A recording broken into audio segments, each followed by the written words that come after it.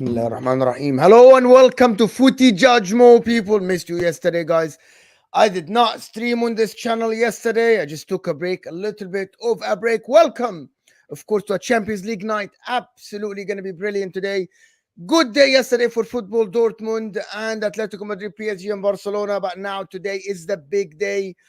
Arsenal's season is being defined today, as you know. They said it's make or break. It's today. You have to win today, Arsenal. This is what they want to tell Arsenal fans. I disagree with that. They want to tell them that so they can banter them if they lose. You know the game, you know the drill. But Man City treble also, it's gonna start today. When they beat Real Madrid, a lot of people.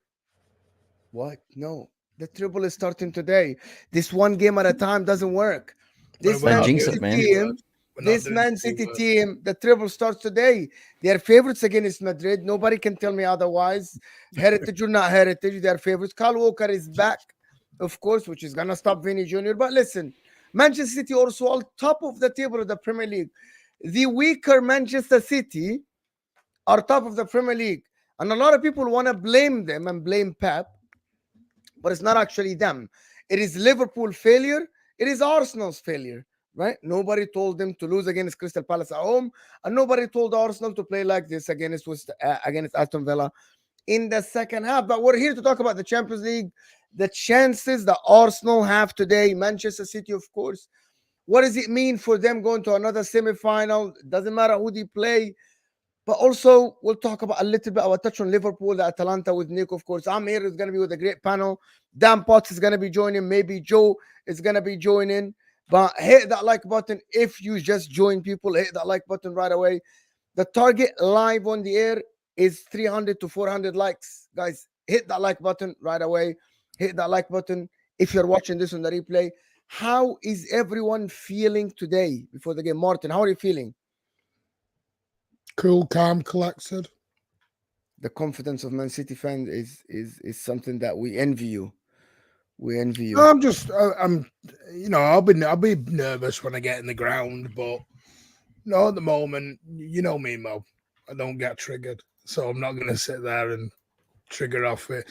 I'm confident. We've got a fully fit squad. The boys have got to go out and do the job tonight. The stadium's getting ready. We're ramped up. Bus greetings, everything. We've got to make it a cauldron like we did last season. And we've got to just do our game.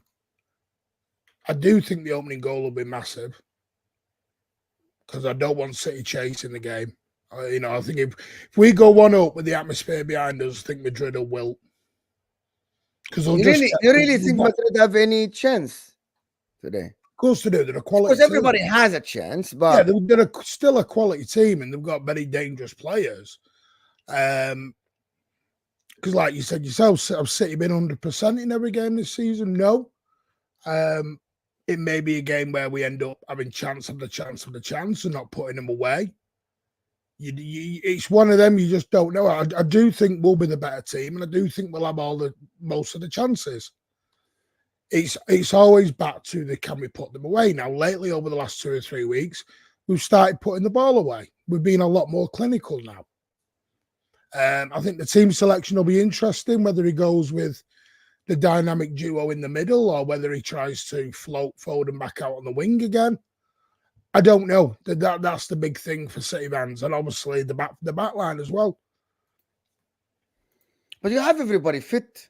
That's the problem, Mo. That's the problem. A good problem to have. Who do you play? It's a very nice problem, but you go, Akanji's been our best defender all season, doesn't deserve to be dropped. But then do you drop Diaz? Or do you bring Aki back in for Gamardiel? I personally wouldn't. Do you throw Kyle Walker in? It's as much as it's a nice problem to have, it's still a problem. They're touting Walker's going in to stop Vinicius and Rodrigo. To me, that's why it should be Kyle Walker. Akanji on that side in the Bernabeu got a little bit. Akanji's not good with pace. As a one-on-one defender, best one we've got. As a pace man in behind, Akanji can get caught a little bit. That's why I want. But the difference is, I want Kyle Walker to just defend. None of this over, you know, because if you're just going to have Walker doing the overlapping fullback, don't play him because it's pointless then. Because then he's not Vinny Jr. But you're allowing Vinny Jr. to go in behind then. So you might as well play a Kanja. If Walker plays, he's got to be the Walker that played last season, who's disciplined, stays in the back line, and does not move.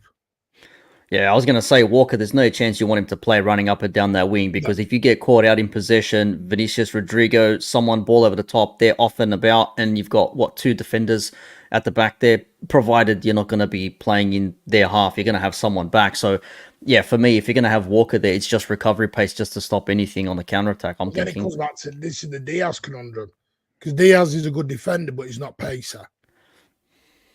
So these are the little conundrums and little battles you've got to look at. They've got Rodrigo. They have got dangers. You know, they've got Bellingham. As much as Bellingham, I'll be honest with you, I thought was crap in the first game, in the first leg. I thought it was awful. Shouldn't really even been played tonight. Should have been booked, but it is what it is. They haven't got Tuchel, so the rumours are Nacho's going to play tonight. So I said yesterday that Real Madrid have nothing on Manchester City, to be honest. And this is my opinion. I don't think Real Madrid go into this game with Lunin as a goalkeeper, without Tchouameni, and going at the Etihad. I don't think Real Madrid have a chance, in my opinion. If they win, of course, but if they win, I'll be surprised. Yeah, I will be. I will be. I do think we are favourites, 100%. And heavily favorites, of course, especially with the whole team back, because you basically have the team that played last season without Gundogan. That's it. You have the team that won the treble last season. But that's why I want. See, people have gone on about this Kevin De Bruyne, Phil Foden thing. We saw it on Saturday at Luton. Kevin De Bruyne was more of an 8 than he was a 10. Mm-hmm. He was sort of just a little bit deeper, 5 yards deeper, just sat in front of Rodri. And you sort of play him as like the quarterback. Because the one thing Kevin De Bruyne is good at is pinging 30-yard balls over the top. And he can do it by going a little bit wider on the right, a little bit wider on the left. He doesn't have a set role. So you can put Foden into that 10 role and have Kevin just sat, and then Kevin can go forward, he can come back, and he can help Rodri. And to me, that's the perfect role for Kevin now at his age. You're going to get 2 or 3 more years out of him. He can do that role. Yeah, it's a natural progression. Yeah. So I never buy into this. You can't play because it's a weird one with this Foden, Kevin De Bruyne shit. Said it last night on LB's. Is as City fans, all I've heard, and I've even heard of Southgate, is I can't put Foden in the middle because he doesn't play in the middle per se. So everyone goes, right, play him in the middle, play him as a 10, and you've seen what he does as a 10. But as soon as Kevin De Bruyne is in, nobody wants Foden next to him. So why do you then want to go and buy Musiala or Roberts? Because you're just going to have the exact same problem again where you're not going to be able to play 2 of them together. Why do you consider it a problem, though, for Manchester City? Because it's not a problem, but we can't in one breath say we want Foden in the middle. And then when De Bruyne comes in the middle, get a little bit nervous about playing them together in the middle. That's what I watched so many previews this week, and nobody's got Foden and Kevin in the middle together. They've got Foden just slightly going wide, or some have even dropped Kevin. And I don't see it as a problem. I see it as something as go with it. Drop Kevin 5-10 yards a little bit deeper. Let him be our quarterback. Give Phil Foden the reins. Guys in the chat, do you guys think? Everyone here, hit that like button, guys. Do you guys think Kevin De Bruyne and Phil Foden, no life story, that's what Sam says, yes or no, do we think Phil Foden and Kevin De Bruyne can play together in the middle at all? Yes or no? You know, I actually don't think it can happen unless you have John Stones in there and he inverts in the middle.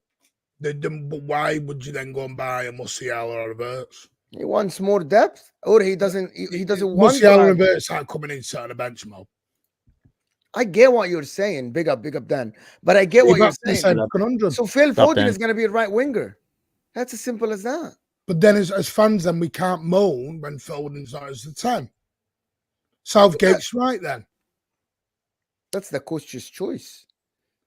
And you guys trust that? No, I know it is, but that's what I'm saying. Nobody's seen the problem. They can play together for me. you've got to drop Kevin De Bruyne just a little bit. Kevin De Bruyne just doesn't. Everyone calls Kevin De Bruyne a 10. Watch him. He's actually a floater across the whole midfield. He has a free role.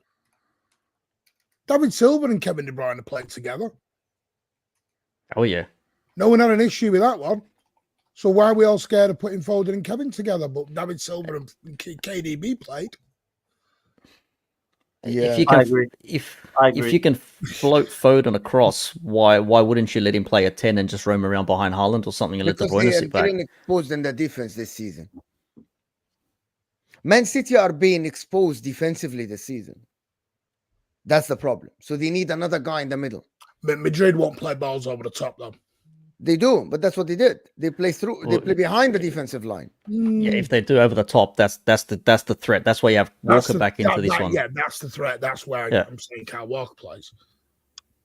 Does anybody like Dan? Do you see like Real Madrid going through at all today? Like having any laying a glove on Manchester City?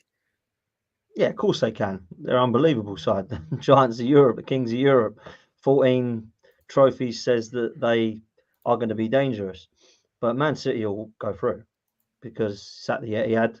Last time they lost there was December 22, Martin. Am I right? So I In don't the league, see... yeah, we've not lost in Europe for about 4 years old. Well, there we go. That says even more to me. I just don't see how Manchester City lose this game.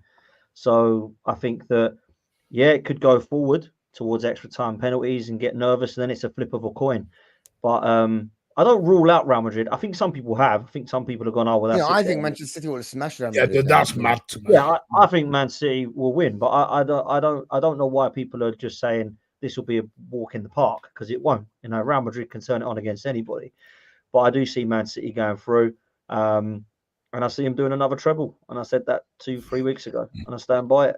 So yeah, that's where I'm at. I wanted to get your opinion about this. Like people wanted to get I'm gonna start with Martin about this thing that people should just accept that Man City are here and wait until Pep leaves. No.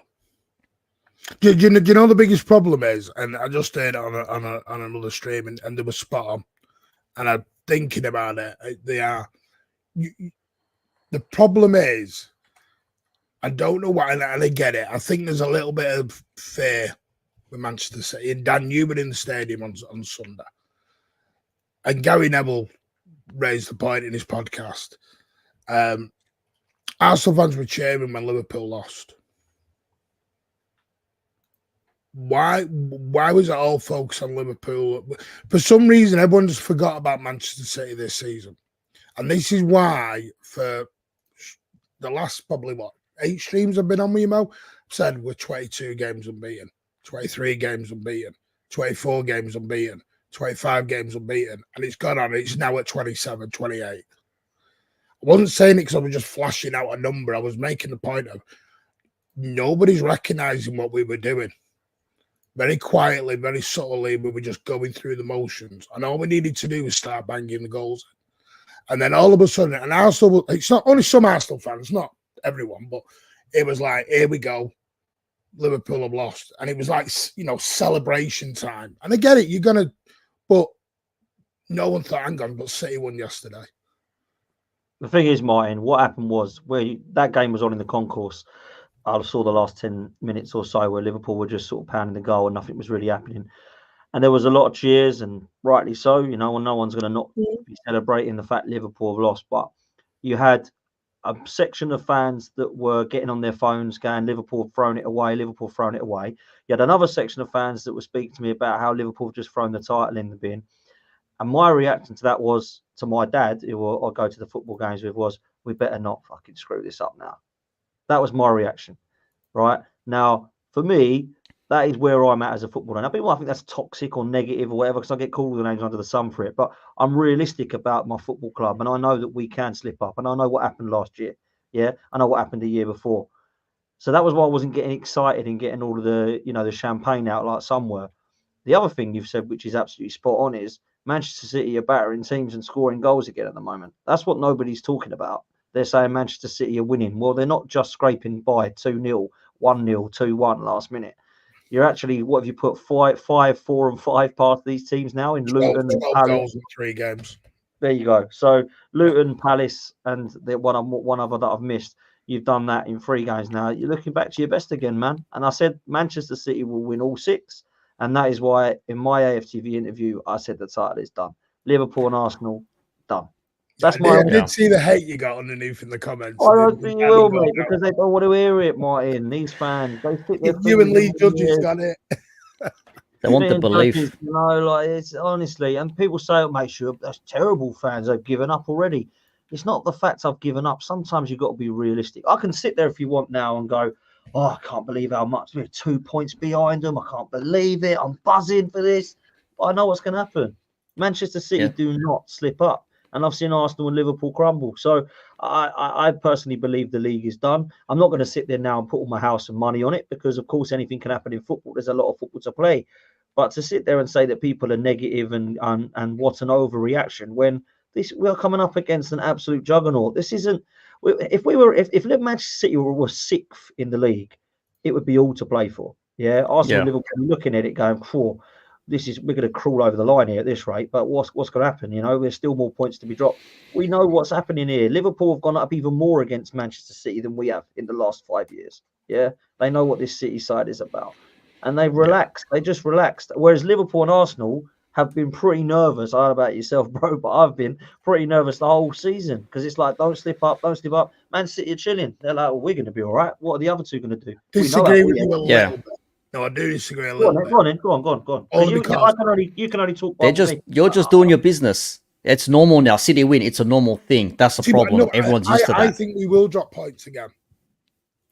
Here's the kicker. I think you two will both drop points again, though. Exactly. 100%. Definitely. That's where the kicker comes. It's not about the trouble is City could drop points, but that will be the only game we drop the points in. City don't drop continuous points in multiple games. We've already got that gap now of the 2 points. Believe it or not, the biggest shock I've got, you look at the goal difference has suddenly dropped massively. We've gone ahead of Liverpool and we've dropped yours down to 5. And at one point, you were like, 15 ahead? Yeah. And you can easily slap 5. It was mad how that suddenly just reverted about. Because we were all saying 2 months ago, forget goal difference is done. We were like, goal difference is ended. We were done with it. Because we weren't, I'll be honest with you, and one thing we weren't smacking 4 and 5s in games. We were having the chances, but we weren't converting them. And that has been my biggest issue with the team all season. It's not even defensively. It's been the conversion rate. It's been the lowest it's been in 3 years. Well, that's us now. It's just not there. And then all of a sudden we've clicked. For whatever reason, we've suddenly gone to 5th gear. Now, it's a weird one because it is still 3, but I do, people talking about the Tottenham game. The Tottenham game's the last week of the season. Why? Can I just ask why people are talking about that, please? Why are people? I think people think the Tottenham game's a lot sooner than what it is. I think people think Tottenham are actually going to turn up and they're going to roll over. They don't want Arsenal to win the league. It's the midweek. It's the last game's on the Sunday inset. It's the Wednesday or something of that week. I don't think it gets there. Personally, I don't think it gets there. But I do think City will drop points. I think where though, mine? Against who? Yeah, against who? If not Spurs, which team? People think Brighton? But I think Fulham away. Oh, okay. So I would actually say out of all of your games, that is the only one that I would agree with you is probably a harder one because that team are mad. They turn up against the big boys. They've taken points off of teams. I think Liverpool, I think that's going to be a difficult game for them going to Craven Cottage. I also believe that, I went into the Craven Cottage game on New Year's Eve thinking we'll be all right here. No, turned over. They turned up. They turn it on against big sides. They battered Spurs. I know Spurs are not in the same level as City, but at the same time, they were going in their favourites. They can pull off an upset, mine. I don't think that's a crazy shout, but I just think Man City look too good, man. I really do. A lot could change. You could go and get tonight. You could get 2 ACLs or something, and Rodri goes out for the season. I've said this. Our season could be over by Sunday. Not over, but we might just be in a because trust me now, we could be out of the Champions League tonight, out the FA Cup on Saturday night, and then you don't know what knock-on effect that goes into the last 6 games. So listen, things can change. Are we in the drive? Are we in the box seat right now? 100%. But I also think it's been down to, because the biggest winners of last weekend was City. I actually think, guys, let's get to 200 likes, guys. There's over 260 of you here. Hit that like button, guys. It helps the channel massively. Underneath your live chat, the like button underneath your live chat. Come on, people. It looks like this. I actually, what Dan Potts is saying is that City is this, they clicked. I don't think so. City have been doing this, as Martin said, for weeks now. They have been winning games. They drew a couple of games here and there. So were Arsenal. So Liverpool. It's Arsenal and Liverpool who slipped. It's not that City clicked. Yeah, we didn't win our You game. guys, City all did. of you guys have been winning games between 1 point and 2 points within each other for weeks now. Yeah. And I hear what you're saying. The league is over, whatever. Like, I don't think the league is over that much. But this mentality or this way of thinking, Dan, is, do you blame your team or do you put it on Man City being good? Which one is that? Which one is it? Because Man City have been doing, as Martin said, Man City have been doing the same thing since January. By the way, Man City have not been, like the 4-1 against Aston Villa, for example. I thought Aston Villa in the first half had chances. I thought Man City in the second half, yes, they dominated them. But at the end, you guys are the ones that dropped points. Yeah, I blame it on Arsenal. I don't blame it on Man City. I can't blame it on Man City for Arsenal bottling it against West Ham and Fulham. Yeah, we haven't beaten Fulham at home or away this season. We haven't beaten Villa at home or away this season. We lost to West Ham at home. We weren't able to go to one of the worst Chelsea sides I've seen in a long time and go to Stamford Bridge and pick up 3 points. So for me, I look at ourselves. I don't look at what Manchester City are doing and go, well, Pep's here. And this is the excuse I cannot stand the most from Arsenal fans is, well, what do you expect? They got Pep. I never heard that in '99 when Man United did the treble under Fergie. The next season, I went into Highbury believing that we were going to win the league. And do you know what? In 2002, we did a double when Fergie was there. In 2004, we went invincible when Fergie was there. Mourinho, the following year, in 2005, had Wenger and Fergie and went, do you know what? See you later, both of you. I'm going to go win the league. So I don't have all this crap that no one can win the league, because Conte won the league under Pep when he was at City and Klopp won the league when Pep was with City, right? So this isn't, oh, it's unfair, Man City are just too good. I think that's a load of crap. I really do. I think it's rubbish. You've got to get better and better and bring them down to your level. I don't think it's this just we give up because it's Man City and we're all just, now it's rubbish. It's not fair. Man City and Pep are too good. What a load of rubbish. What sort of attitude is that? And people say, you know, that we've got this, you almost have to be perfect. Yeah, you do. You almost have to be perfect ending if you want to go and win the league. And we weren't. We got to Villa and we crumbled. Liverpool had Palace at home and they lost. You can't sit there and blame Man City for that, can you? How's that Man City's fault? That's not Man City's fault. You can't blame Man City for that, but the levels they've brought to this league, you can contribute that factor to them, because who would have thought 97 points, 99 points, you don't win the league? Like, that's mad. And yet we've lost it by those points, and City have gone on to win. Like, you have to be damn near perfect in this league going against Pep. And if you're not, you can see what happens. This is why I say everyone's just used to it. Pep's team's done it again.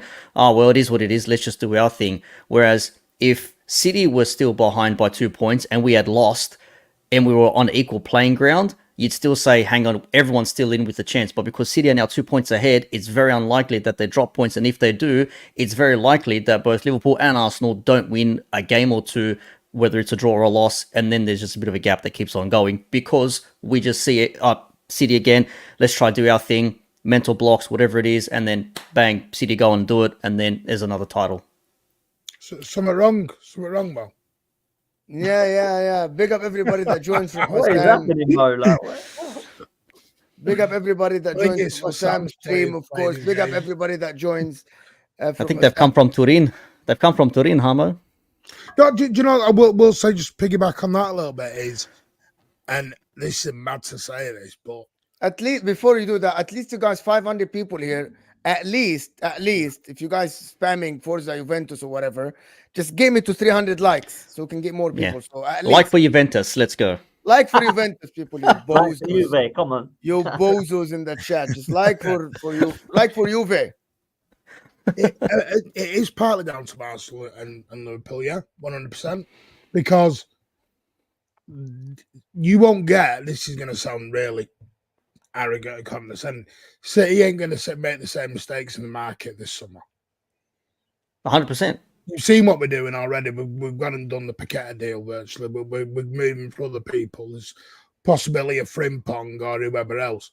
This was possibly Arsenal Liverpool's best chance to have a season to win it. Well, people call it transition season. I don't think it's transition. I think we've just had, getting used to it, as every team does. Not every player hits the ground running when they come in. We've had 3 or 4 new signings, 3 or 4 went out. And it's took a little time to adjust for some players. I think next season we're going to move early, which you're seeing already. I mean, we're April, and we've already agreed personal terms with Paqueta. So we're going to move again. Yeah, that's a big signing too. Well, it's a release clause, so the personal terms were the ones that were. I kind of disagree with what you said, Martin, slightly. With this was Arsenal's best chance. I thought last year was, man. You can't be 8 points clear and then bottle it. Yeah, possibly, yeah. Oh, this season for me, I don't think Arsenal and Liverpool have bottled the league. I think they've bottled games, but I don't think there's any of us that can say, "Oh, they've bottled that." Because when you're 2 points clear, that's not. When you're 8 points clear, like we were. I know you had a game in hand, so really it's 5, but still 5. You can't do what we did, man. That was just a capitulation. No, I'm only saying that because how many shows we've been on. Mo said it all season. This is not the same set. Now, this is my point. Is I've said technically though we're on course for a better points total. We've scored more goals because the goal conceded are roughly the same as last season. And this is my thing. I think a lot of fans look at City and think we start from August to May and just go on these blitzing runs all over the show. You look at us between August and January, February last season, we're bang average. We're sort of in the pack. That's why we end up. You look probably, other than the 100-point season, we've never gone and just blitzed the league out. We've always ended up 5, 6, 7, 8 points behind at some point. And then we hit top gear and we go. So, but I just feel a lot of people tell me, including City fans, that we are poorer this season than we have been ever before. So that's why we. Yeah. Actually, you're right. Their best chance then. You're right. Statistics show that. The way you play show that. You're changing in the lineup show that. Even the players' reactions show that. Even though you're going to get 90 points, I still believe that Arsenal and Liverpool could have won this league if they just did their job. And if Liverpool won against Man City when they had the chances, right? If Liverpool won their game against Crystal Palace, if Arsenal won their game against Aston Villa, which was expected, nobody tells me that they sat down and they thought, yes, Arsenal will lose, right? Against Aston Villa. They could have been 3 points. That's the shot. And what made it worse is they both lost at home. Exactly. Yeah. It's not was the shot. Manchester City have been doing. Manchester City, all they did is win against Luton, guys. Okay. It's expected. They won at home. Liverpool and Arsenal are the one that didn't do their job. But this notion, and I don't like it, this notion that is going on, that fans should accept that Pep is here and he's going to win 7 in a row until he leaves in 2027, if he leaves. And it's okay to not win as long as you challenge. I don't think so. I don't think that's acceptable at all. If you're meant to be challenging, when it is considered a failure. Let's be real here. But like I said to you the other day, Mo, on MHF, like, who can come in and stop Pep? Who is going to be the man to come in and stop him from winning 5 in a row, 6 in a row? Is there a manager out there that can come to this Premier League and really put it towards Pep? Because Klopp couldn't do it for 8 years. Came close twice, won it once. And Arteta tried last year, stumbled. It looks like it's going to happen again this year unless some stupidity happens. Who can come in and dethrone Pep, so to So speak. what do people do, Nick, to beat Pep? That's the question I was asked. Be better.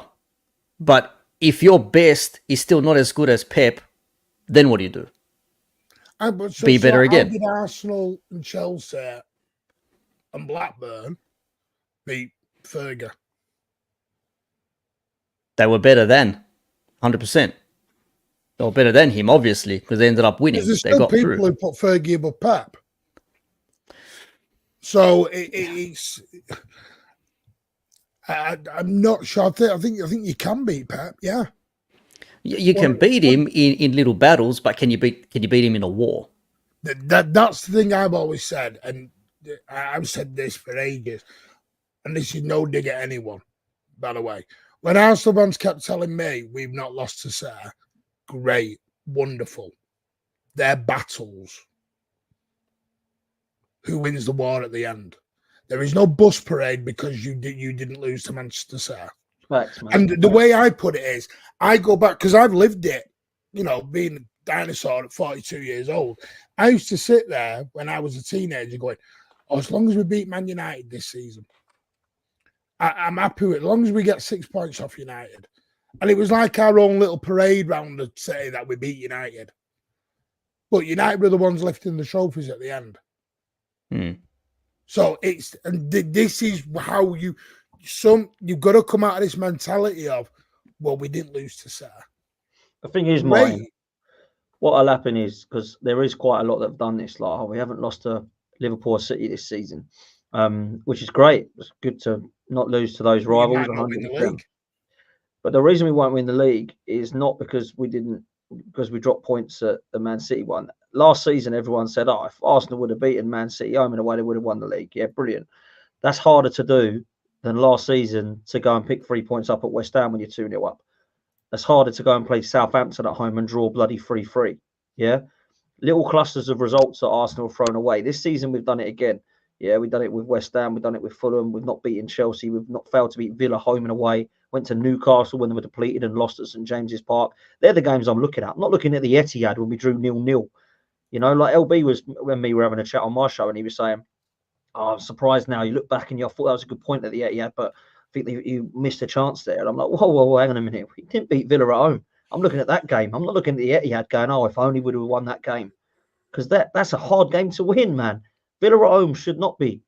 West Ham at home should not be hard.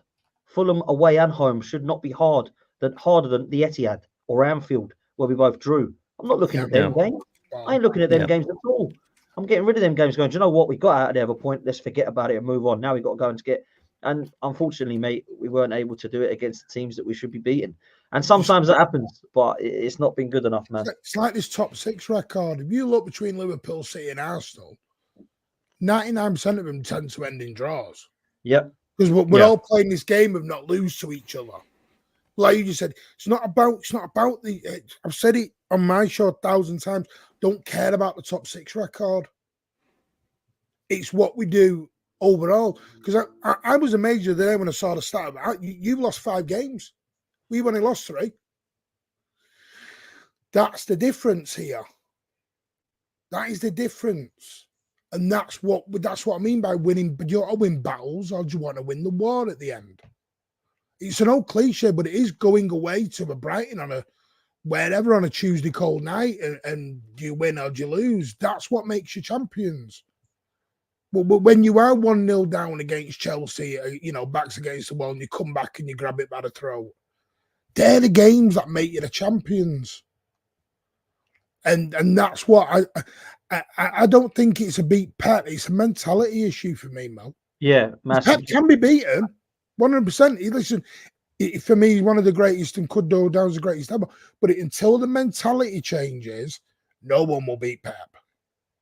So I had this argument with HUSAM yesterday about on MHF. Guys, we have about over 560 people here. Let's get the likes up a little bit. Arteta, though, I believe you're not favorites against Bayern today. That's just my belief. I wouldn't be surprised if you go through. Do you think that his fate is hanging on today at Arsenal? You're asking me, or I'm asking you, your personal opinion. No, not with the Cronkies. He'll stay here, whatever. But what would you do? What would you do? So for me, I've been really impressed with Mikel Arteta this year, particularly in 2024. He's really turned the corner. I think that Dubai trip people talk about. Since then, everybody's talking about Arsenal playing their best football, Arsenal smashing teams, Arsenal's goal difference. There's goals are there, best defensive record. You can't then all of a sudden go, right, I'm done now. That was all lovely, but we're going to now move on. So there is something there, right?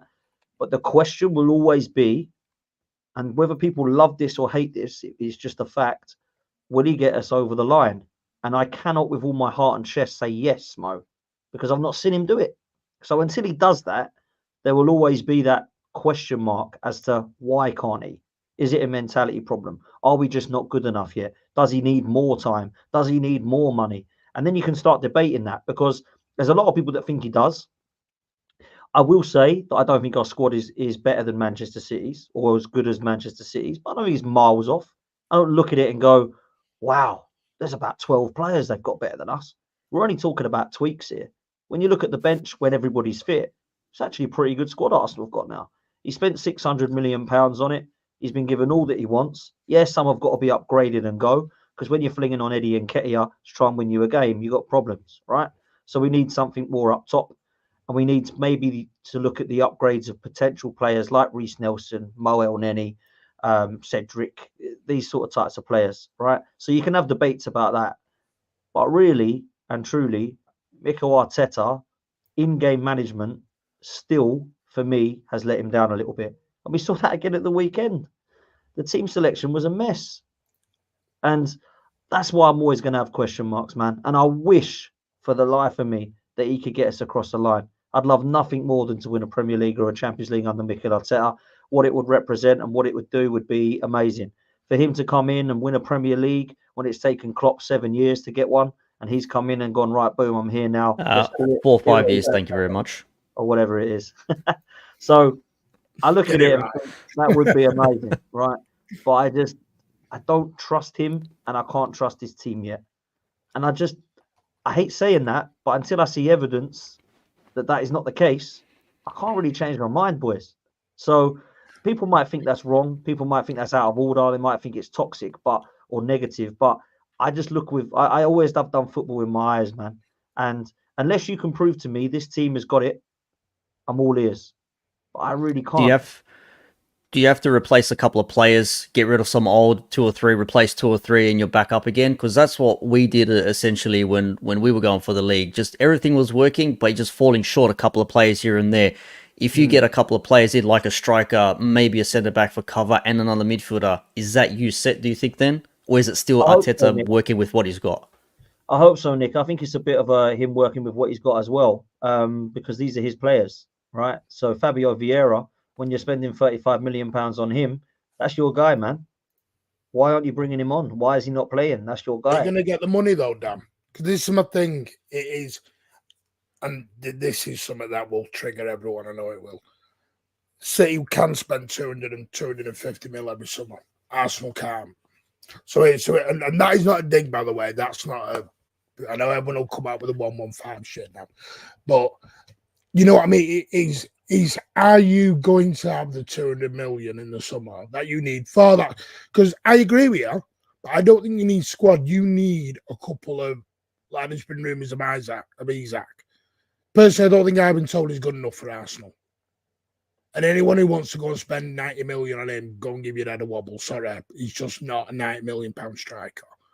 The trouble is, the striker market is so thin at the moment that I don't know. There's probably Isaac, but they're going to want about 100 million for him. So there's 100 million. Then you may want another one at, say, Zubamende, been linked with you, what, 40, 50? That's 150 deep. And then you want another one. So are your board going to back him again with another 200 mil? Because that was a problem Liverpool had. And that, again, that's not the dig. Liverpool kept having this problem. They didn't have the 200 million every summer to keep going. Well, we're going to have to sell before we buy. That's a fact, right? Cedric and Elneny are going. We're not getting any money for them. Their contracts are up, right? But we're going to sell Ramsdale. We're going to sell Tierney. We're going to sell Tavares. We're going to sell Lokonga. Patino will probably go. Marquinhos will go. But then your Nelson squad's will there go. again. And Ketia will go. Yeah. Say again? It's a lot of Then players your to bring squad's in. back down again. You So say that. You say that, but actually, most of those are on loan and not needed. Right? They're not Oh, are even they? at the top. Right. Well, I mean, Ramsdale is, and Nelson and Nketiah, they're the only three. All the others are deadwood players. Cedric don't play. El Neni don't play. Tierney's over at Real Sociedad on loan. Lokonga's at Luton. Savage is at Forest. Marquinhos is out on loan. Patino's at Swansea on loan. So there's only really Nketiah, Nelson, and Ramsdale that I'm talking about that we're going to get have to replace. Goalkeeping situation, we're going to replace, I guess, with a backup goalkeeper because Raya seems to be the number one, which I'm still not sure about personally, but that's just me. Then you've obviously got Nelson, which is the player that he just does not trust and doesn't believe is good enough because Saka's killed. He's literally every day he's knackered and he's still playing him. So we need somebody like a Pedro Neto type. I know people will go injuries, but that's the sort of player that we need. But again, he's 80 million. You know what the problem is, Dan? Why are we talking about next season? Well, because that was what I was Already over. The mindset, it's done. Yeah, but that was what I was here's asked. the thing. In my defense, I was asked about that. I was asked, what do you still need to compete? And that's what I was. It's my fault. Okay. Yeah, no. You asked the question. No. It's fine. My point about it is that it's not only that is a reflection of what, guys. It's a reflection really what's happening, guys. The news on Arsenal isn't about Bayern Munich. It's about the transfers of next season. Bayern Munich have a quarterfinal of the Champions League today, and there is news about Arsenal about transfers next season. But that's a good for me. That's by the way, for me, that's not Arsenal's fault. That's so much trust in Manchester City and Pep that they think they're not going to slip. well, that's Because football, 2 points behind Manchester City with a superior goal difference, it takes one game. It's one game of a swing. Just to City draw one game. Yeah, but they have a full squad again, man. That's the thing. The squad is back. There's no injuries. This is exactly what we're talking By the about. way, Arsenal or Liverpool could be top by the time we play in the league again. Yeah, because you're not gonna. I'll be amazed. I'll be amazed. No. They're gonna play in the cup. They're gonna miss this week. Weekend. All right, the game's in hand, yeah. But then again, you catch up with your games, you win your games, and then then the mentality check again. It's like, well, what's the point? We win. They just keep winning, and the mentally screws you. I know. Trust me. About today, though, let's talk about a little bit about today. Let me do a couple of these super chats, and then we'll talk about today. Akil is saying, if anyone knew Angry Rant Man from India on socials, yes, Chelsea fan just passed away at the age of 27. Went viral for his no passion, no aggression rant. Sad, yeah, rest in peace. I just read the news actually. Akil, thank you so much. Yeah, he passed away too young. This day and age, a lot of people die young. Wow. It's just it's just sad, to be honest. Zertok Ahmed, Bayern Munich fan. He's going to be on the panel tonight. What's poppin', Mo? What are you talking about the game tonight? And panel, good luck tonight, Dan. Good luck. Big up, man. Big up, Ahmed. African Cat is saying, the issue with Arsenal fans is that they are desperate to prove that Arteta is better than Klopp. Klopp already battled Pep before. I don't think any African. I don't think that's true. They just want to win. Yeah, I don't. They just want to win. Who he's better than. I don't care who he's worse than. Just win me a title, man. I honestly, I couldn't give a damn what people. That's the problem with football. We're all about our manager's better than your manager. Yeah, just win. Yeah, no one Martin's cares on it. At the end of the day. Martin's on it. 100%. It's like, oh, what if Arteta beats Klopp's legacy with the Premier League in his first, proper this and that, blah, blah, blah. Like, so let him, if he's worthy enough to win, let him win it then. It took us a while. We had to go through our crap. If Arteta happens to lead Arsenal to a title earlier than, by all means, take it, man. It's yours. It's one league title. It ain't hard to overtake. It's mad. It's also mad. Like, it's not just the managers either. It's players. Like, every single time someone has a good game, who are they better than? Not Salah, not Foden, not Bellingham, but Bukayo Saka. Everyone's better. Oh, well, we got right backs with Trent once upon a time as well. He's better than Saka. Everyone is, and I'm like, wow, is that the benchmark? That's social media. Yeah, Can I ask a question then? Serious question. Yeah, do you think you're putting your faith in some players that might not be the top players you think they are? Some of the fan base are. I think some of the fan base. And I'm going to give you examples like Saka, like Martinelli, like Jesus, like Kai Havertz, like Saliba. Because a lot of people now are questioning, should we have gone for more experienced players at some positions? Like, are we putting all our faith on a 22 years old Bukayo Saka while Man City are putting their faith on someone like Rodri, who's 26 years old, Kevin De Bruyne, 32 years old, like Kyle Walker. Like, do you think you made a mistake? Genuinely. I didn't want a youth project anyway. So yeah, of course. Screw that. This is youth project. This is youth project 3.0. No one remembers, but we've done this. This is the third time we've done this. People forget. The first one was Fabregas and Van Persie, and that didn't work. They ended up getting annoyed and both left because there was no ambition. The next one was Oxlade-Chamberlain, Jack Wilshere, Aaron Ramsey, Theo Walcott. Remember them all in a line signing a contract? That one didn't work. Yeah. And then now we're on 3.0 with Saka, Martinelli and Saliba. It is a bit different because there's different culture around the club at the moment. There's different hierarchy. There's a different manager. And it looks like we're all together. The fan base are definitely connected 100%. And that's down to Mikel Arteta. You know, big up to him. And I've always been praise of him for what he's done off the pitch because he's definitely brought the Arsenal back in terms of the togetherness and enjoyment of going to games. There's no doubt about that. He's got us challenging, deserves his praise, deserves his plaudits. But this is what a youth project does, man. Everybody's at the age of 22. The problem we've got is we have very good players at the club, and there's a section of the fan base that hype them up and call them world-class. Bukayo Saka, Declan Rice, Ødegaard, Saliba, they're not world-class. They're only just starting their careers. They're in 22, 23-year-old lads. Saka could be. I think they all could be. Potentials there. Yeah, are they now? Are they now world-class? Not for me. Can you play him injured? Say again? You play him injured? Well, this is he though? Over reliant on him. That's the problem.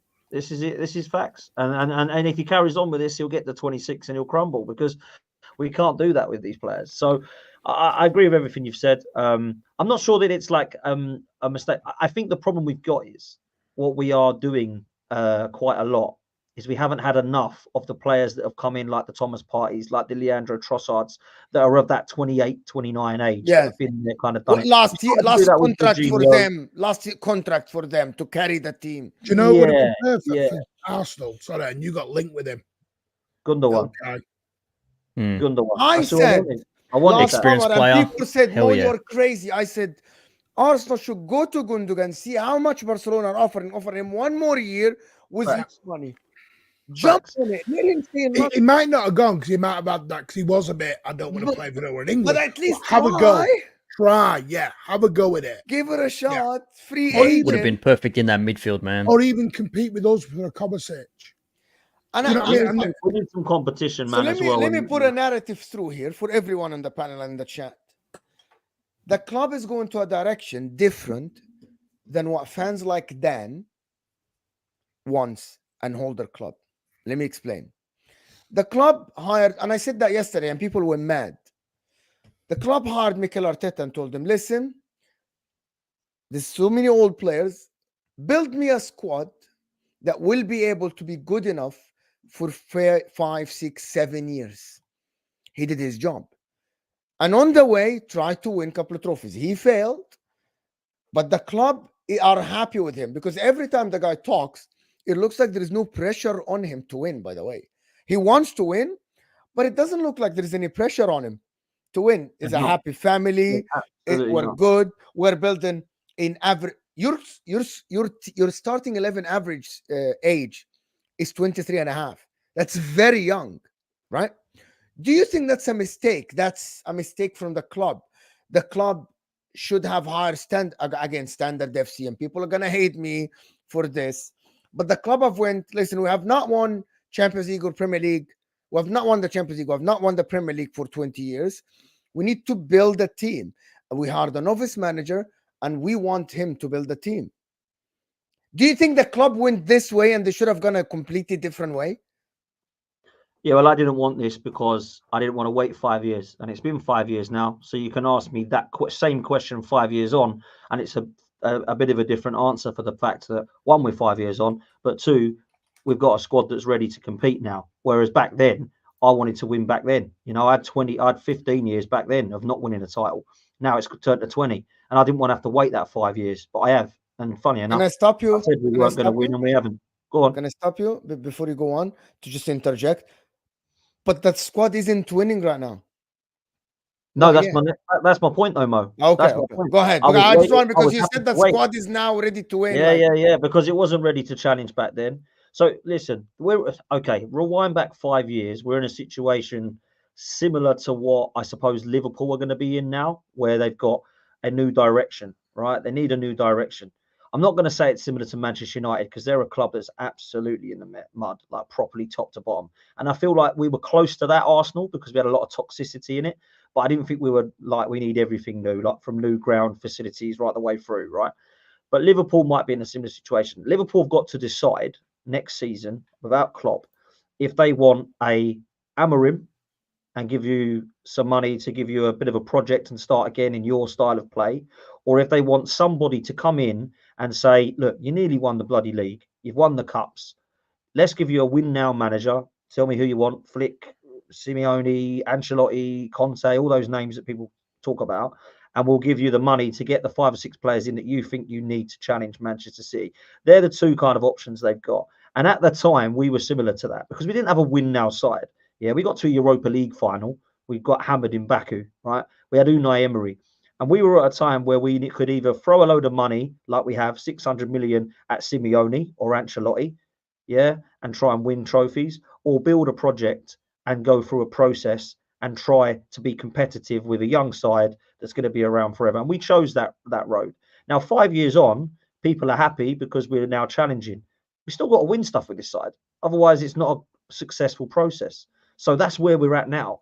The process is done. It's over. There's no more all these phases. I mean, is a load of crap as far as I'm concerned, by the way, these phases. We're in phase 4. Phase 5 is now we do this and then we go win. It's all excuses about losing. It's failure mentality for me. Because what phase is Xabi Alonso in? Phase 1, and he's going to go and do an invincible treble. So it's a load of crud, what I think personally. So it in my opinion, I don't like the way that it was going to be going.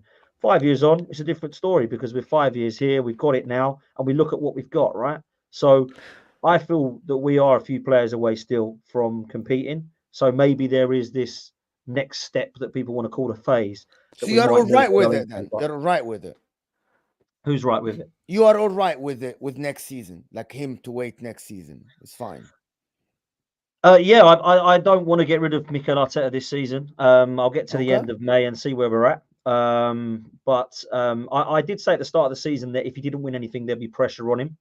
And when it gets to a stage of that happening, there's context to lose things, Mo, isn't there? You know, there's yes, of course. To lose things.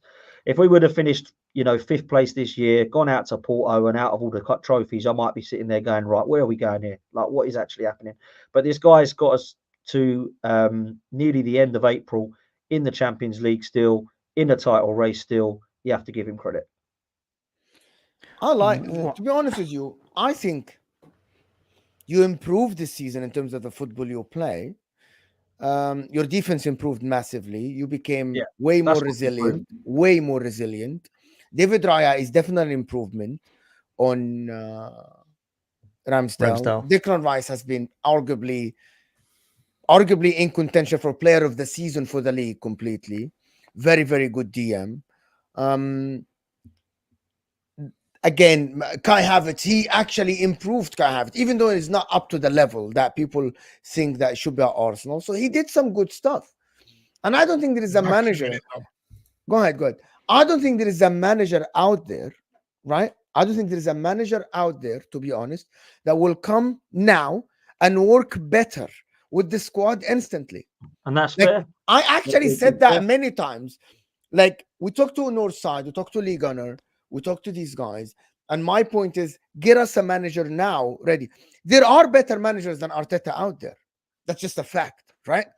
But is there a better manager for this team than Arteta at the current moment? I think no. At the current moment, I think no.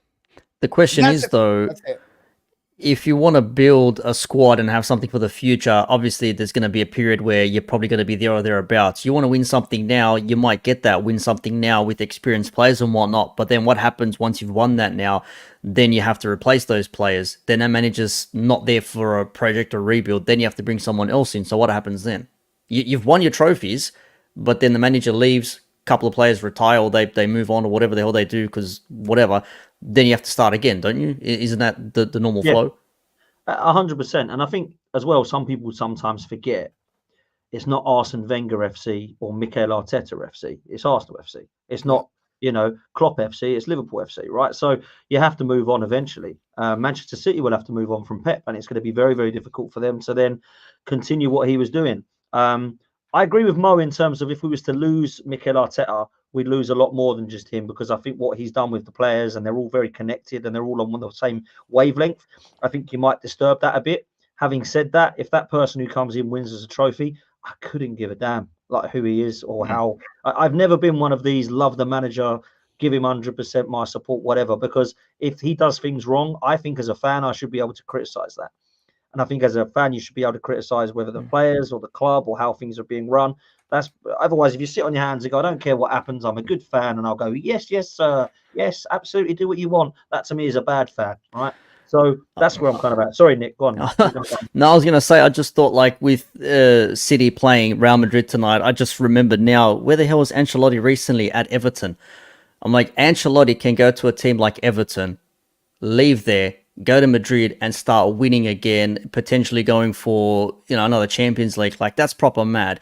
Imagine if Ancelotti came to Arsenal for maybe a season, even maybe not to win something, but just to solidify something there or thereabouts, and then another manager come in and sort of like took over. Yeah, that would have been something. Like, no disrespect to Everton because the rivals or whatever, but like Ancelotti to Everton, like, it's just things that just don't make sense.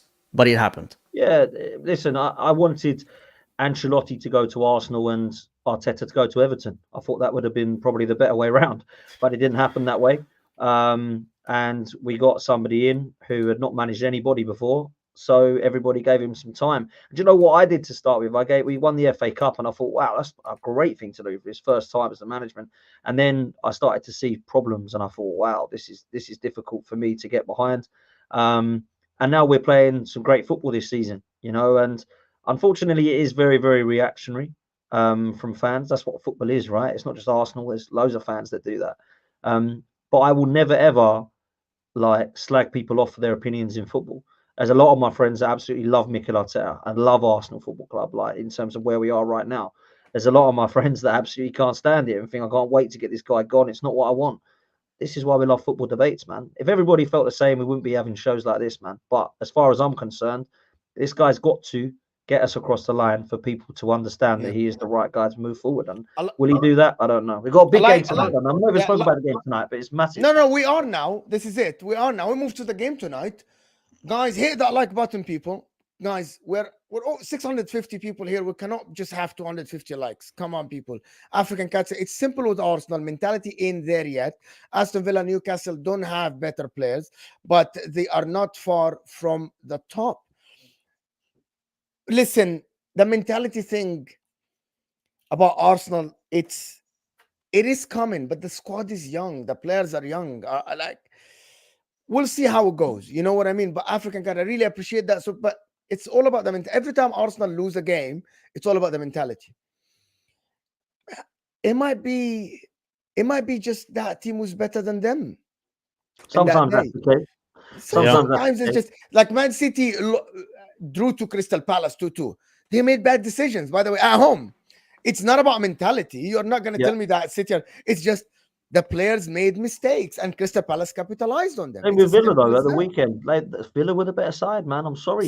First half, Arsenal created plenty of chances, right? Second half, Villa were the better team. Villa were better team footballing-wise. It wasn't about mentality, because Arsenal couldn't get the ball from them. It's as simple as that.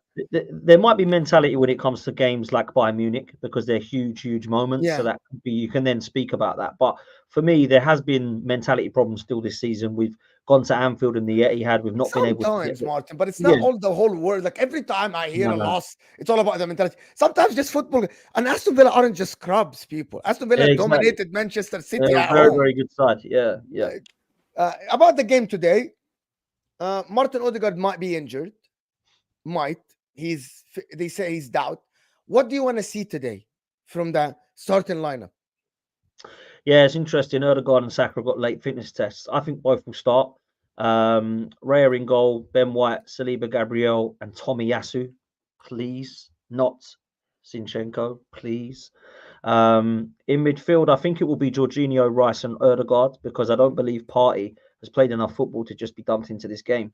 And then I believe the front three, what I would go with, would be Saka and Martinelli either side of Havertz, because I think Jesus and Trossard need to be the subs to bring on. I think Havertz is that focal point and will allow two outlets in Saka and Martinelli. And if we need to change it up, then Trossard is your super sub, because he's not a starter for me. And Jesus, I haven't been impressed, man. I mean, 4 goals in 22 games. I've been slagging off Nicholas Jackson, and he's got 6 better GA than him. So, yeah, not for me the best guy to be relying upon in big moments. Very wasteful. Has a good Champions League record, I will say that, in terms of this season. But I think he needs to be brought on as a sub. And I'm looking at these kind of big players that we've been brought in, because Jesus, for me, when it matters, where are you? David Raya, that's why not well class for me. We need a top class goalkeeper. We've bought 2 that are very good in Ramsdale and Raya. I don't see a huge upgrade from him. You know, you don't need Edison isn't like fantastic goalkeeper. He's just very good in distribution. Raya is good as well. Like, you don't need to have Allison. He's good. Wow. He's good, but I don't know if he is the goalkeeper. You do. You need your keepers there to be there when they concede 1 or 2 shots. That's when you bank on your keeper keeping you in the game. That's not the question. bad. I don't think Raya is the problem at all. I think he's made a few big errors, man. Yeah, I don't know. I don't think he's been in shambles by any means. I would have Raya enter, to be honest. Who have you got now? I don't even know who he is. We have a stopgap of. Well, that's why then. We have a stopgap, but he's very, very good. But anyway, for me, Raya is not the issue. It's just Sommer. We have Sommer. You remember Sommer? Yeah. Sommer from yeah, Switzerland, yeah. I think. Yeah. It's a stopgap because we sold Onana and we couldn't sign a goalkeeper for that money. Yeah. Hey man, he's keeping you first, isn't he? Raya's just one of. He had the most clean sheets in the world. Players like Zinchenko. I actually think you guys are harsh on Zinchenko. Go on then. Why? Okay, very simple. I don't think he was at fault for that second goal, man. Very simple, Dan. Very simple, Dan. And I think you guys are harsh on Gabriel Jesus. I think you guys are asking some players to do stuff that they aren't bought or are in the lineup to do. Right?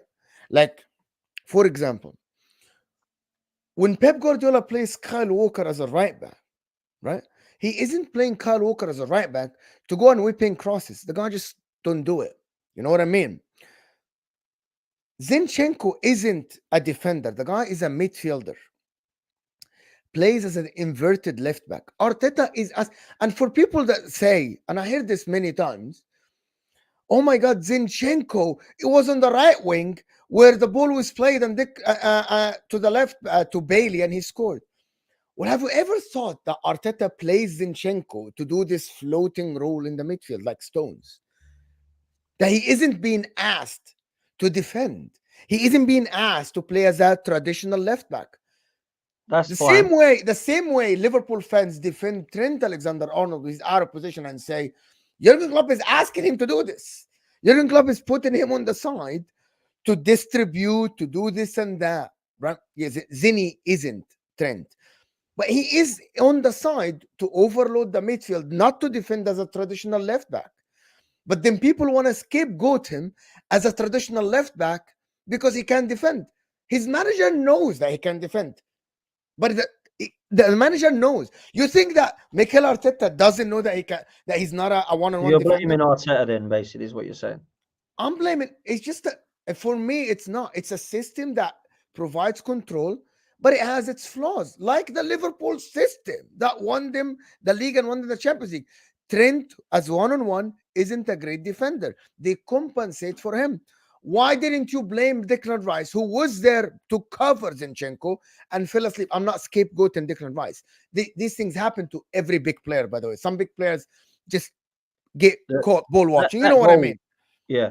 That goal was a calamity of errors from a number of people, Declan Rice included. Declan Rice's spatial awareness was poor. David Raya, I don't know what he's doing there. He's got dummied and I don't know what he's doing. Zinchenko's playing at right back with Tomiyasu, who's actually our right back. I don't know what he's doing over there. So they've got all the space on the left-hand side. Zinchenko, I agree with you, Mo. Mikel Arteta is allowing him to play in that system and he wants him to do that. It's instructions, right? It's the structure. But unfortunately, in the position that he is playing, You are going to have to, at some point, whether you think you're good at it or bad at it or don't want to do it, you're going to have to defend. Like Trent Alexander-Arnold is going to have to defend at some point. Now, Trent, the reason that he gets away with it, one, I think he's generational and one of the most underappreciated and underrated. I think the guy is ridiculously good, but no one wants to say that because he can't defend, apparently. This guy makes up for it with everything else that he does because it's phenomenal. Zinchenko, I'm kind of fed up. One of the defending, because it's actually quite cringeworthy trying to watch Zinchenko defend. The other thing that's annoying is watching him dilly-dally on the ball and just lose it. And unfortunately, the goals that Wolves scored against us this year, that Fulham scored from a corner that he just kicked off. There was another one which I've completely forgot that he'd give away. So that's 3 goals that all cost us points in those games, by the way, other than Wolves. So that's why I get frustrated with him. And I don't believe Zinchenko is the answer for us moving forward. And I feel, and this is maybe a bit harsh, but I think it's clear why Man City said, let Zinchenko and Jesus go, we can upgrade them. No, because by the way, he doesn't have. I think the compliment, just quickly, I think the compliment is that Arsenal have caught up like that already, and I don't think Zinchenko and Jesus get into our first 11 now anyway. I think they're both going to stay, and they're both going to be squad players, but I don't think they play first team anymore. Not for me anyway. So there would have been like, you think if this was, say, 3 or 4 years ago and you have these types of players, they would have kept them in there because, well, this is the best we've got. Now you've realised, hang on a second, something's not right here. We can actually do better than these guys. Yeah. I think we have. I think we've outgrown them. And it's mad to say that because, like, first of all, Timber got injured and I think he would have played at left back. He was playing at left back the whole of pre-season and the Community Shield and unfortunately got injured, right? Kivior was moved there because Zinchenko hasn't been good enough and wasn't fit at the time. So Kivior outplayed him there. Tomiyasu was played there. So for me, there's definitely games that you need a Zinchenko to be brought on. But this season, he's only really had a good game against Burnley at home. Zinchenko has been average or pretty poor for most of this season, in my opinion. As for Gabriel Jesus, I really like him as a footballer. I think he's silky. I think he's a baller. Really like a lot of his work rate, his press. I see him as more of a winger than a number 9, though, if I'm honest. And Man City fans told me this. He's not a 9. He's not a 9. That's why we don't play him there. Play him as a winger. Use him to rotate with Saka. That's your guy to rotate with Saka. LB's been telling me for ages. I just get frustrated. I'll second that. Yeah. There you go, Martin. Didn't know you were there. And Zinchenko's not a left back. Carry on. Yeah, there you go. And Zinchenko's not a left back. So, listen, Martin's come at the perfect time because there's people in the chat saying I'm talking rubbish, but Martin says I'm not. So there we go. And Martin knows better than me. Gabby's a brilliant player and Zinchenko is a brilliant player, but there are levels. Facts. The reason he went was because when you got to the Real Madrids, the Bayern Munich quarters, semis, finals, they weren't at that level. And that's the God's honest truth. Trouble is with Gabby, he's not the guy to score you 25, 30 goals. He did actually have a very good goal-to-minutes ratio, but it was more from the right-hand side on the wing. More as an... That's why if you look at Gabby's situation his last year, we were playing Foden and KDB and Sterling as the 9 rather than him, which is part of the reason why he went and rang his mama. Can I ask something? So a player, so City are the benchmark in terms of if a player doesn't play for City, they're not good enough. This is it. Is that the benchmark? I've not said that. No. No, you no. that. I think hold on. No, I said for a first. Not you, Dan. You twisted up there. No. Martin said, I'm gonna come to Gabriel Jesus. Martin said, because I'm not the biggest fan of Gabriel Jesus, but I know his value. Martin said when it came to Real Madrid, there are levels. And when it came to the Real Madrids and stuff, they aren't great. That means you're putting your players as the benchmark. If they are not at the level of your players, they aren't good enough. That's the definition of what you said, actually. No, because it depends on individuality, because what I mean by it is when we got to the finals, because there was times when Gabby was good against Real Madrid, but good as in a player. Are we talking Gabby as a striker? Are we talking him as a winger? What are we talking him as? Because as a Gabriel striker, isn't a striker. No. Like he's not. No, he's not at that level. No. I agree with you, Martin. Like for me, I really like him as a footballer. Zinchenko last season for us was pivotal in terms of on the ball and offensively very good. Defensively is a shambles. In terms of Jesus, in front of goal, he can be wasteful. And I see his press and his attributes a lot better on the wing.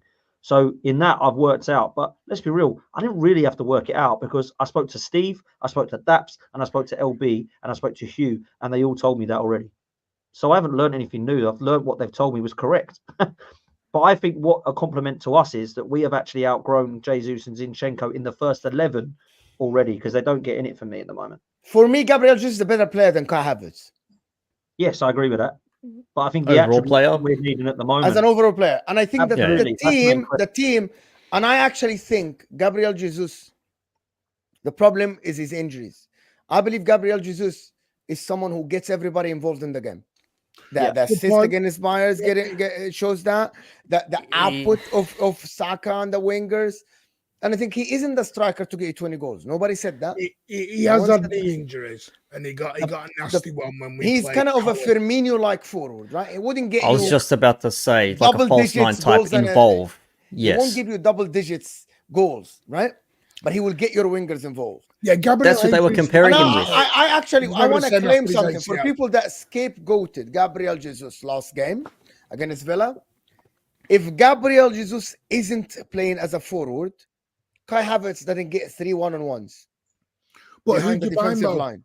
Because it is my question. This is what we touched on earlier. We're saying about this because Arsenal aren't really playing with the strikers, Dan knows. Really, I'll see. So who do you buy? And then you're going back to who is on the market right now or not on the market where you are going to get them out, who is a top goal scorer for 100. Because listen, Erling Haaland's are not on the market like that. That's complete one-off at a £50 million release clause and out the door. You're looking at, like I said, Isak. You take the chance on an Ollie Watkins, but again, you're back into the Ivan Toney situation. Who do Arsenal go and get? The one that I want is Alexander Isak. Again, injuries. Everyone will throw at you. He's injury prone. The guy is ridiculously good, man. He's an elite baller. I absolutely love him. The other one that I would be happy to look at, but would be a risk, is Victor Gyökeres over at Sporting Lisbon. And people will laugh when I say this, but when he come over to England, he was phenomenal. And yes, it was in the Championship. That's a very competitive league that toughens you up.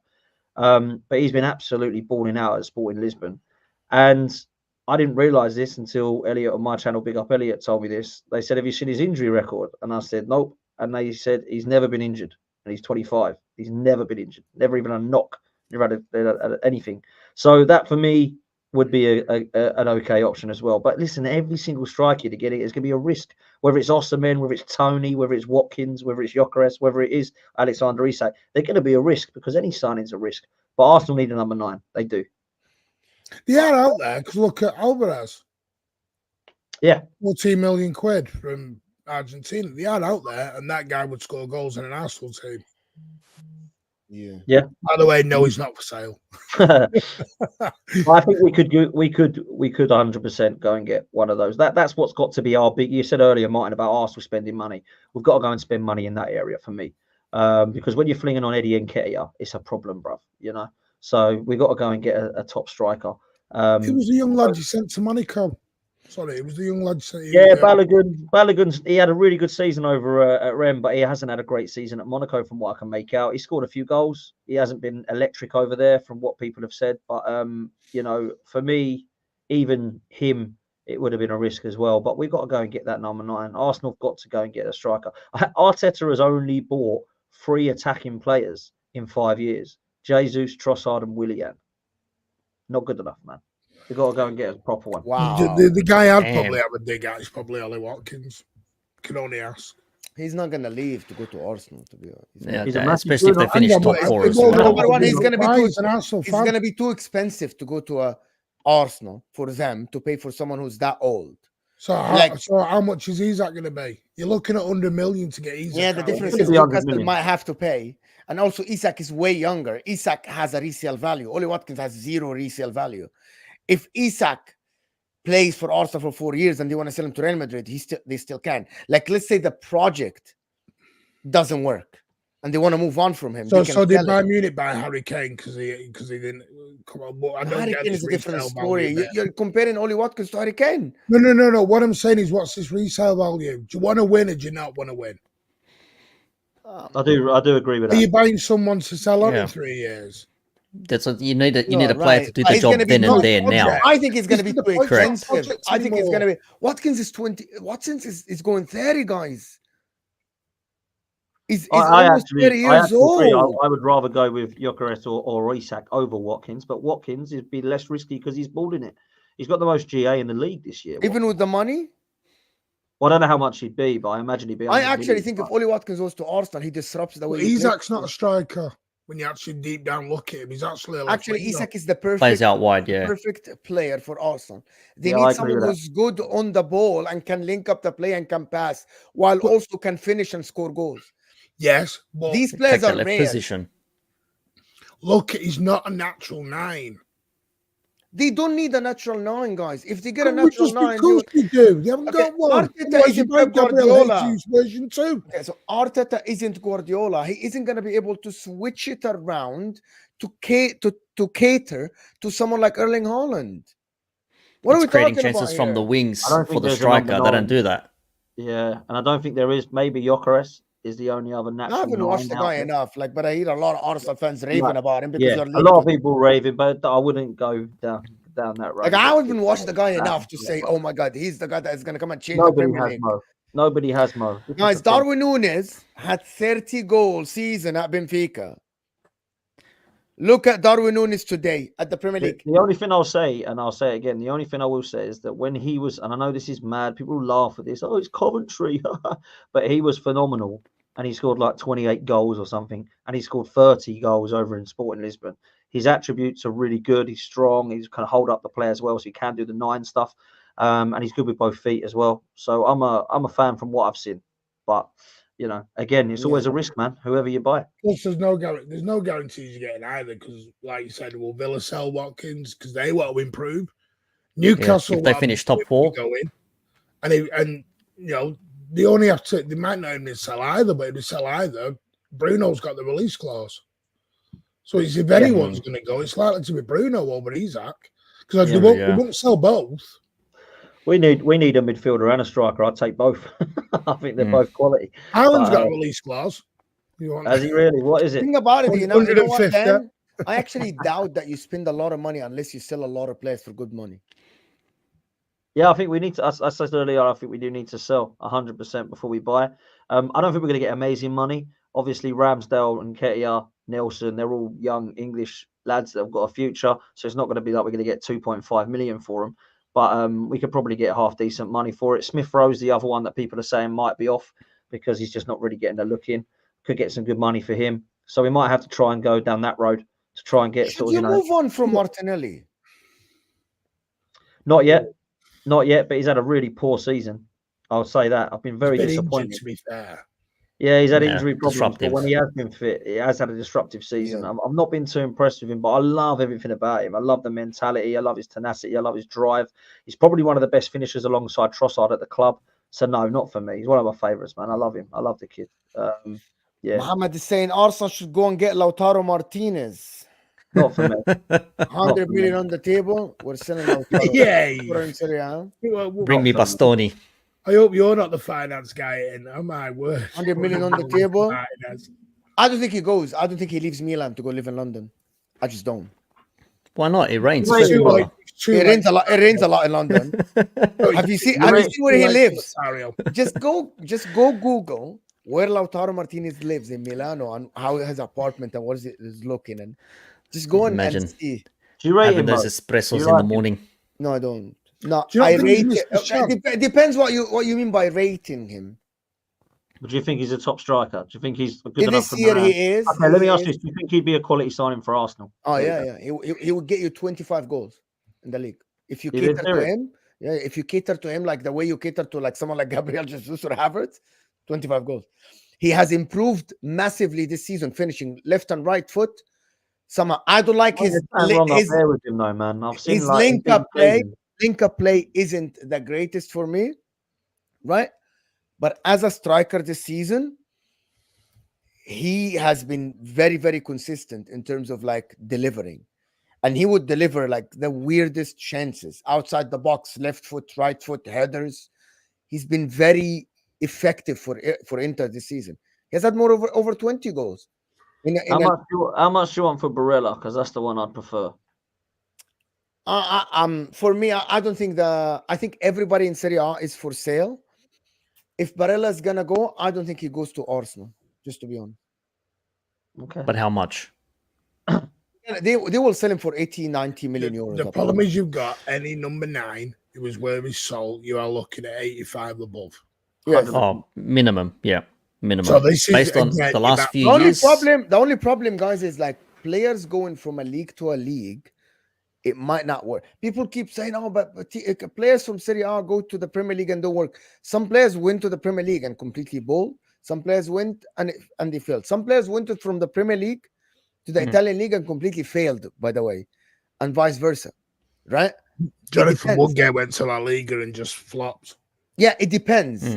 Like Cannavaro went from Serie A to La Liga and completely failed, and it depends, right? So there is no between leagues, in my opinion, there are no guarantees. I've seen stars like Di Maria go to Manchester United, and for some reason it just didn't work. Who was the Argentinian striker who came to the Premier League and flopped, and he was like amazing? Higuain, Crespo. Crespo got injured. Yeah, there was Crespo where he got injured, didn't there? There's a Higuain as well. Came with a reputation and wasn't. Shevchenko was a no, but what I mean, still was a killer, man. No, you've got a point. You don't just that. You said it earlier. Darwin Núñez was an absolute runaway train for Benfica, and has struggled with the Premier League. The Premier League is the most unforgiving league because of its speed, its power, its pace. As much as we say it's, everyone laughs, it's not competitive. It is, because you can have results like you get last Sunday. They're not freak results. They have happened across the last 10 years in the Premier League, if not longer. That's why I don't buy into this. It's only Luton, it's only Palace. We do that as fans a lot. We walk in like everything's a gimme. And we can just rest down 5 players because it's, Everton are turning up. It doesn't work that way. Everyone's been laughing at Chelsea, and then look at Chelsea in the last 5 or 6 games. It's a very unforgiving league, so I don't think it's as easy as just come in and step in. We'll see. Anyway, listen, people, this has been absolutely a fantastic, fantastic show. I'm off. I'm going on the football terrace in half an hour. And also, we have shows never stop on the channel. Midday, I got a show. We'll talk about the games today. We'll talk about what is going to happen in the games. And later, I have a match reaction an hour after the game. And then we have myself and HUSAM double watch along on This Is Football.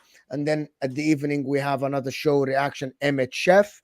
Of course, by the way, Dan Potts is going live in about 25 minutes, right? Dan Potts is going live in 25 minutes.